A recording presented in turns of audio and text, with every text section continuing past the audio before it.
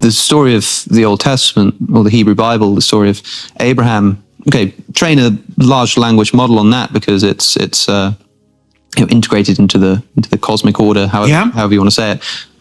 How far do you go with this? I mean, like, do you train this model on the New Testament? Do you train it on the epistles? We're playing with that. I don't know. Do you train on John Milton? Good question. Dante. So imagine, that's a very good question. So imagine that at the foundation, you have the biblical library. Mm-hmm. Okay, but then you have, like you said, the secondary literatures. What about the Quran?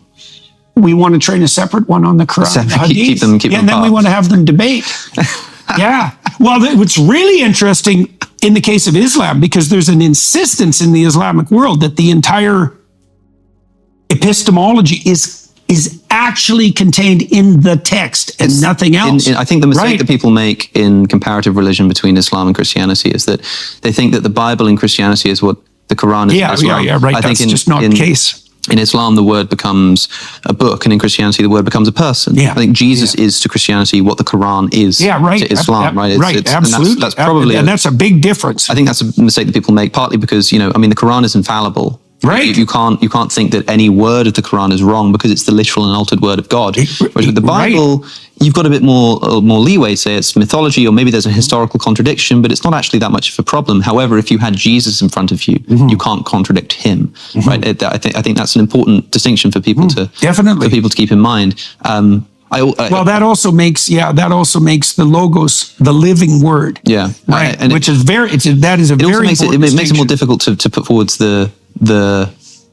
somewhat naive criticism that I think people often make of the Gospels as contradicting each other. Because again, like we're talking like historically here, was Herod on the throne at the same time Quirinius was the governor of Syria as Lucius? Yeah. And it's sort of like, in a sense, who cares? I mean, one of the points that my friend John Nelson has made brilliantly is, have you ever come across the concept of the what do they call it, the Churchillian drift, where a bunch of quotes that Churchill never said just get attributed to him?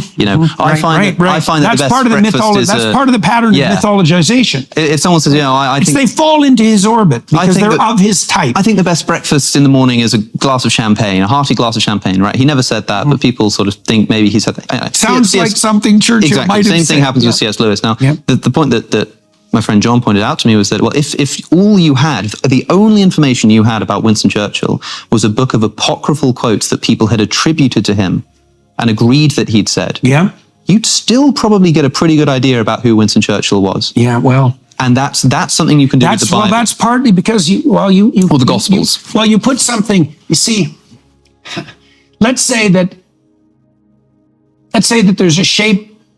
There's a three-dimensional shape on the wall, and the wall's like flat white, so you can't really see it. So what you want to do is you want to throw a bunch of like garbage at the wall, so to speak. And the outline, despite the fact that everything you throw at the wall is garbage and it lands in many different places, if you throw enough of it at the wall, you'll get the shape. Yeah. Well, it's partly because you could imagine that there's a set of sayings that have been misremembered, but a fairly comprehensive set. You're still going to be able to extract signal, right? There's going to be noise, but there's going to be signal there. That's partly because the truth will be encoded in the panoply of the... That's why it's a bigger problem if somebody points out like some flat historical... if there was discovered just like a flat historical contradiction in the Quran, that'd be a big problem because the Quran is the literal word of God. If someone points out a flat historical contradiction in the Gospels, it kind of doesn't matter as much because you're able to accept that maybe that is just a contradiction, but the thing that matters is the word of God. And the word of God is not the Gospel of Luke or the Gospel of John, but the person that they were sort of writing about. Well, that's also partly, you see, that you just pointed to another reason why I don't like the over-concretized questions. Yeah. It's like, you're looking for truth in the wrong place there, buddy. I understand that, but it also depends on what kind of truth you're looking for, right? Because for me, as an interested third party, everything depends on that. I'd really like to know if Jesus actually rose from the dead as a historical fact. I'd love to know if there was a real Exodus. That's really interesting and important to me. Now, as somebody who doesn't believe that those things did happen, I still have access to the meaning of the story of something like a resurrection. Well, let's assume, just for the sake... But I'm not a Christian. It's not enough for me to say, well, do I believe that, you know, self-sacrifice is at the basis of a meaningful life? Oh, maybe, but that's not enough to make me a Christian, because I don't believe it's the case.